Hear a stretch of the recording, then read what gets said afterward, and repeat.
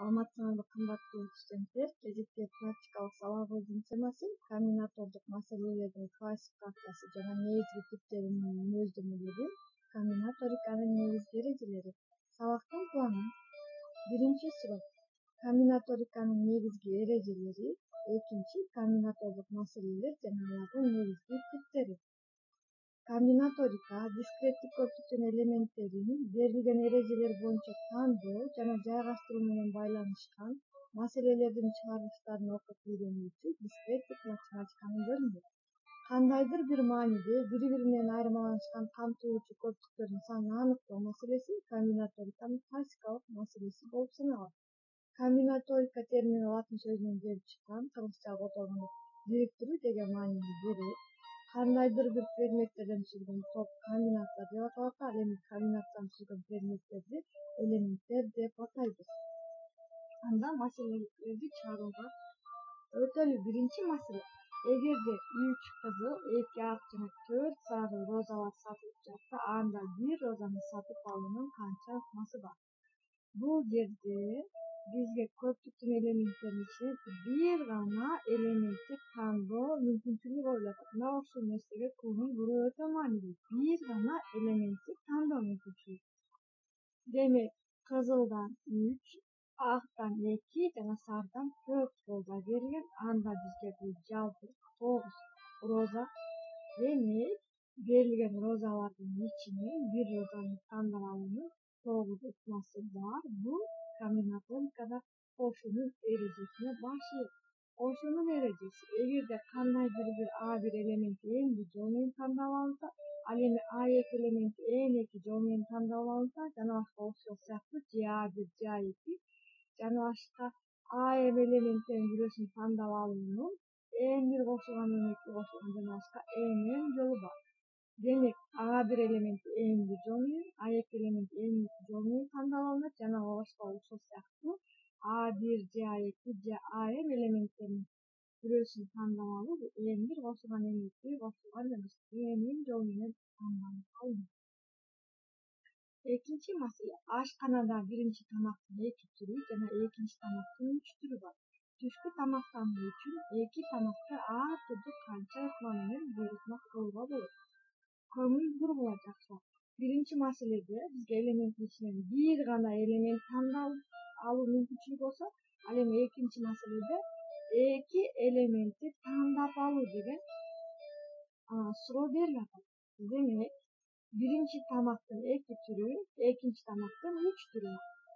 Бул жерде биринчи тамактын биринчи түрү менен экинчи тамактын 3 түрүн тандап алсак, бизде 3 варианттагы буйрутма келип чыгат. Ал эми биринчи тамактын экинчи түрү менен экинчи тамактын 3 түрүн тандасак, анда бул жерде дагы 3 ыкма келип чыгат. Демек, жалпысынан биз 6 вариантка буйрутма берсек болот. Анда биринчи тамактын 2 түрү, экинчи тамактын 3 түрү. Демек, биз бул эки тамактын түрлөрүн бөлүп жалпысынан 6 ыкмага буйрутма берүүгө болот. Бул маселе көбөйтүүнүн эрежесине башылат. Көбөйтүүнүн эрежеси. Эгерде көптүктүн А1 элементи эң бир жол менен тандалып алынса, биринчи элемент тандалып алынгандан кийин А2 элементи эң эки жол менен тандалып алынса, эки элемент тандалып алынгандан кийин А3 элементи эң 3 жол менен тандалып алынса, жана башка ушул сыяктуу К1 элементи тандалып алынгандан кийин АК элементи НК жол менен тандалса, анда А1, А2 жана башка АК элементтердин баардыгын тандап алуунун эң бир көбөйтүлгөн, эң эки көбөйтүлгөн жана башка эң эки жол менен тандалып алынат. Демек, биринчи элемент эң бир жол менен тандалып алынат, ал тандалып алынгандан кийин экинчи элемент эң эки жол менен тандалып алынат. Ушул сыяктуу А1, А2 жана АК элементтеринин баардыгын тандап алуунун жолу бул. Алардын ар бирин тандап алуу жолдорун көбөйтүүдөн келип чыгат. Үчүнчү маселеге, демек, эки эрежени колдонуп чыгарабыз.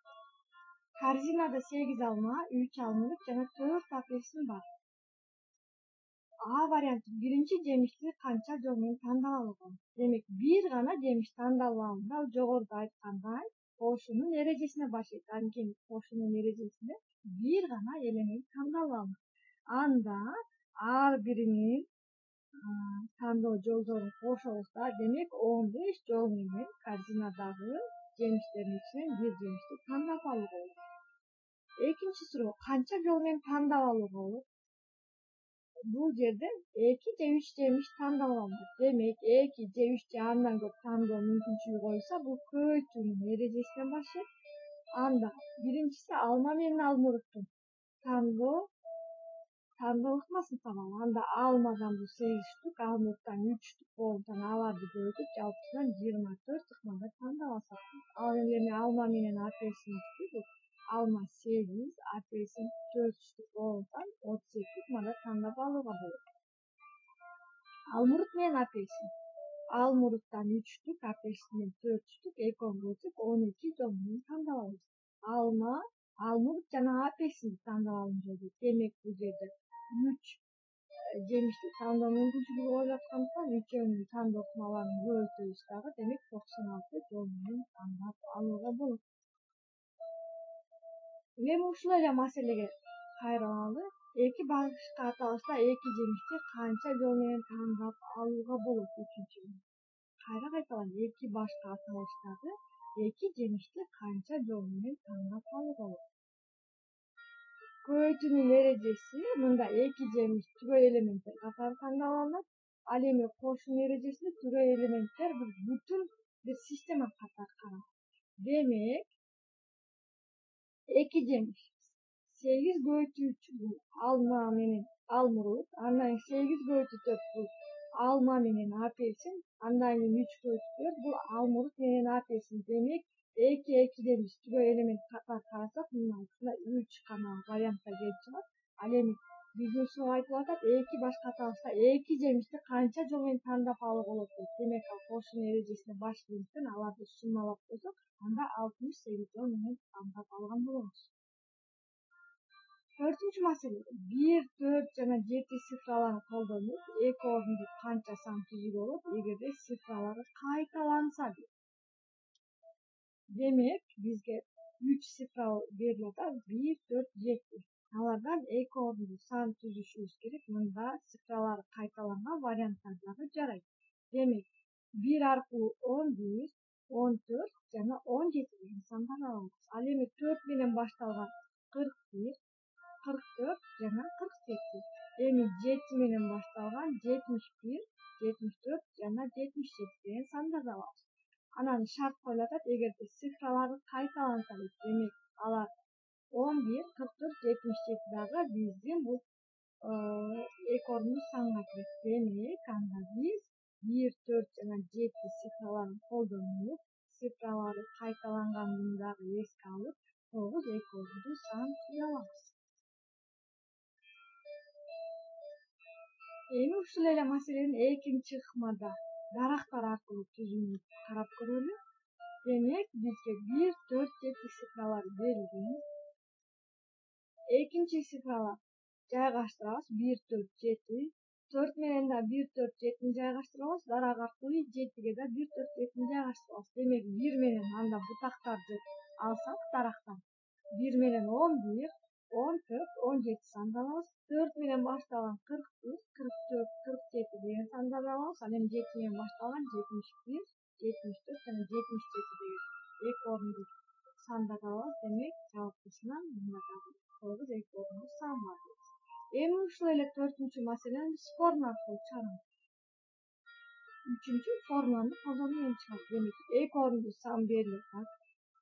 Эки орунду сандын биринчи цифрасында 3 тандоо бар. Демек биринчи цифрага 1, 4, 7 үчөөнү тең алсак болот. Экинчи цифрада дагы 3 тандоо, анткени бизге элементтери кайталансын деп. Анда 3 көбөйтүү 3 барабар 9 ыкмада биз же болбосо 9 эки орунду сан түзө алабыз. Бешинчи маселе. 3 жана 5 цифраларын пайдаланып, канча ар түрдүү 3 орунду санды түзүүгө болот эгерде цифралары кайталанса. Мында дагы 3 ыкма менен чыгарууну карайлы. Демек 3 орунду сан бар жана цифралары кайталанган мынакей бул жерде жалпы 8 ыкманын бөлүп турасыңар. Андан кийин дарак аркылуу чыгарылышы демек 3 жана 5 цифраларын алабыз. Адан цифралары кайталануучу деп 3 менен 5-ти жайгаштырабыз дагы. Алардан да дарак бутактарга бөлүнүп кетип, бул 3 орундуу болгондуктан биз 3-чү цифрасына дагы 2 санды колдонобуз. Экинчи орундагы цифрасына дагы 2 санды колдона алсак, демек бутактар менен биз 3 орундуу санды түзсөк, демек 8 3 орундуу санды түзө алабыз. Эми формула аркылуу бизге 3 жана 5 2 цифралары берилип атат. Биринчи 3 орундуу сандын биринчи цифрасына 2 цифра тең колдонот. 3 орундуу сандын экинчи орундагы цифрасына тең 2 цифра колдонот. Ал эми 3-чү цифрасына да 3 5-ти жаза аламыз. Демек баардыгын бөлүп койсок 8 биз 3 орундуу санды түзгөн болобуз. 6-чы маселе 0 1 2 цифраларын пайдаланып 2 орундуу канча санды түзүүгө болот эгерде цифралар кайталанса. 2 орундуу сан демек 2 орундуу сандын биринчи цифрасына биз 1 2 3 демек 3 гана цифраны жаза алабыз. Анткени 0ду жаза албайбыз. Себеби эч качан 2 орундуу сан 0 менен башталбайт. Ушуга көңүл бургула. Ал эми экинчи цифрасына биз бул 4 санды тең жаза алабыз. Анткени каалаган 2 орундуу сандын аягы 0 менен да бүтүшү мүмкүн. 0ду экинчи цифрасына жаза алабыз, бирок 2 орундуу сандын биринчи цифрасына 0ду колдоно албайбыз. Анда 3/4 барабар 12. Демек 0 1 2 3 сандарын колдонуп, цифраларын колдонуп биз 12 2 орундуу сан жазууга болот. Бул санды өз алдына 12 2 орундуу сан жазып көргүлө. 7-чи мисал 4 5 цифраларын пайдаланып ар түрдүү 3 орундуу канча сан түзүүгө болот.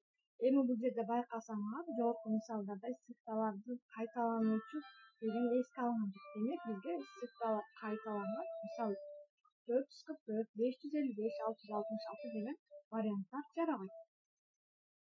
3 орундуу сан демек биринчи цифрасына 3 санды тең кое алабыз. Экинчи цифрасына 2 гана сан коюлат. Анткени 3 сан кое турган болсок цифралар кайталанып калат. Ал эми 3-чү цифрасына да бир гана санды жаза алабыз. Бир гана тандообуз бар. Демек мына бизге цифралар кайталангандан 6 3 орундуу сан келип чыкты. Дагы кайталайм. Бул 3 орундуу сандын 3 орундуу сан 3 цифрадан турат. Биринчи цифрасына 4 5 6 цифраларын баарын 3-өн тең жаза алабыз. 3 орундуу сандын экинчи цифрасына биз 2 гана цифраны жазабыз. Анткени 3-чү цифраны кошуп жаза турганыбыз цифралар кайталануучу болуп калат. Ал эми 3-чү цифрасына бир гана тандоо мүмкүнчүлүгү бар. Эгерде калган 2 цифраны кое турган болсок, анда да цифралар кайталанып калат. Демек комбинаториканын математиканын бир бөлүмү катары жаралышына 17-чи кылымда улуу француз математиктери Блез Паскаль жана Ферманын эмгектерин салуу чоң болгон. 20-чы кылымдын 50-жылдары комбинаторика болгон кызыгуу кибернетиканын тез өнүгүүсү менен байланыштуу. Демек аларга салым кошкон окумуштуулар Паскаль жана Ферман. Эми комбинаторикада негизги 3 элемент бар. Алар орундаштыруу, орун алмаштыруу жана жайгаштыруу. Аныктама: эгерде n элемент боюнча түзүлгөн комбинация элементтердин курамы же элементтердин орун алуу тартиби менен айырмаланса, анда мындай биригүүлөр n элементтен m элемент боюнча орундаштыруулар деп аталат. Демек бул орундаштыруу орун алыш үчүн элементтердин курамы же элементтердин орун алуу тартиби менен гана айырмаланса, анда n элементтен m элемент боюнча орундаштыруу бул n факториал бөлүнгөн n минус m факториал. Буга мисал карап көрөлү. Биринчи маселе. Математика адистигинин биринчи курсунун студенттери 9 предмет окушат. Бир күндө 4 парда 4 башка предмет болгондо канча сан менен расписание түзүүгө болот? Демек, бул бизге 9 элементти 4түн орун болгондуктан орундаштыруу боюнча чыгарсак 9 факториал бөлүнгөн 5 факториал ал барабар 3024 ыкма менен ачышын түзүүгө болот. Аныктама: эгерде n элемент боюнча түзүлгөн камень болсо, элементтердин курамы менен гана айырмаланса, анда мындай түзүлөт: n элементтин m элемент боюнча топтоштурулар деп аталат. Демек, n элементтин m боюнча топтоштуруу n факториал бөлүнгөн m факториал жана n менен mдин айырмасын факториалдын көбөйтмөсүнө бөлгөнгө бара алат. Буга мисал карайлы. 11-класстын жети окуучусу математиканын үзүктүү. Алардын ичинен математикалык олимпиадага 2 окуучуну канча ыкма менен тандап алууга болот? Демек, бул топтоштуруу мисал боло алат. 7 окуучудан биз 2 окуучуну тандап алабыз. Анда 7 факториал бөлүнгөн 7 минус 2 факториалы бөлүнгөн 2 факториал деп чыгарабыз. Мында 7 факториал бөлүнгөн 5 факториал бөлүнгөн 2 факториал. 7 факториалды 5 факториал менен ажыратып жазып алсак, 5 факториал көбөйтүлгөн 6 бөлүнчү 7. Мында 5 факториалдар кыскарып кетет да, 42-ни 2 бөлсөк 20. Демек, 7 окуучунун ичинен 2 окуучуну биз 21 ыкмада тандап алсак болот. Артурдуу объекттерге алардын мүмкүн болгон баардык жолдору менен ордуларын алмаштырабыз. Объекттердин саны өзгөрбөсө, бирок алардын орун алуу тартиби гана өзгөрсө, алынган белгилерди орун алмаштыруу деп айтабыз. Демек, объектилердин саны өзгөрбөйт. Бизге канча элемент берилсе, анын баардыгы катышат. Алардын болгону жайгашуу иретти гана өзгөрөт. Демек, бул бизге орун алмаштыруу деп аталат дагы. Демек, ал барабар n факториалга барабар болот. Мисалы, банкта 5 адам канча ыкма менен кезекке турат? Демек, банкка барсаңар, силер 5-чи киши болуп барып калыңар, алдыңарда 4 адам. Силер очередке тургандар 5. Мисалы, араңардан бирөө же экөө сыртка чыгып кетип калбайт. Баардыгы банкта өздөрүнүн талап кылынган операцияларын аттап алып кетиши керек. Демек, 5 адам канча ыкма менен кезекке турат? Демек, мында элементтердин баардыгы катышат, ал 5 факториал барабар 120. Демек, силер 120 ыкма менен бул кезекке тура аласыздар. Мисалы, 5 адам болсо, силер эң артта болушуңар мүмкүн, же биринчи местада, же биринчинин аркасында, же экинчинин аркасында, же экинчинин алдында жана башка ушундагы варианттарды түзсөк, бизде 120 вариант болуп чыгат. Эми ошол комбинаториканын 3 элементин айырмасын көрөлүк. Орун алмаштыруу, орундаштыруу, анан топтоштуруу. Муну мен сизге бир мисалда көрсөтөйүн. А, Б, С 3 элементтердин орун алмаштырууну, эки бирин орундаштырууну жана эки бирин топтоштурууну карайлы. Бир жогоруда аныктамада орун алмаштырууда элементтердин баардыгы камтылат жана алардын орун алуу тартиби гана айырмаланат. Демек, биринчи элемент биринчиде турса, кийинкиде аягында же ортосуна жайгашып калат, бирок баардыгы катышат. Мына ошондой варианттан демек 6 ыкма келип чыгып атат, сүрөттү көрүп. Ал эми орундаштырууда биз экиден орундаштырабыз. Экиден орундаштырсак, анда мында дагы 6 вариант келип чыгат.